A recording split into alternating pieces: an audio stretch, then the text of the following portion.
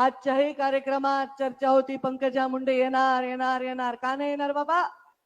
सुरेशांना तुम्ही आपल्या जयदत्तचं लग्न केलं तेव्हा मला साडी घेऊन पत्रिका घेऊन आला होतात, तेव्हा मी आले. धाकट्याचं नाव काय? सागरचं करताल तेव्हा बोलवलं तर येईन बाबा, नाही बोलवलं तर नाही येणार.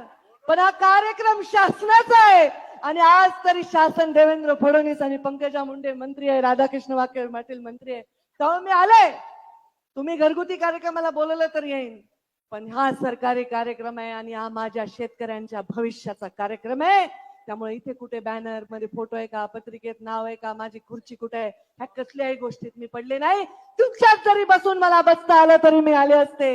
पण माझंही भाग्य मोठं आहे ना, मी पण मुख्यमंत्र्यांची लाडकीच वाटते, कारण मी त्यांच्या हेलिकॉप्टर मध्ये आले. पण देवेंद्रजी फडणवीसांना मला सांगायचंय, बीड जिल्ह्यात जेव्हा 6 पैकी 5 आमदार निवडून येतात तेव्हा तुम्ही मुख्यमंत्री होता. बीड जिल्हा फार लकी आहे, कारण बीड जिल्ह्यामध्ये 19 मध्ये 14 मध्ये 6 पैकी 5 आमदार निवडून आले. आता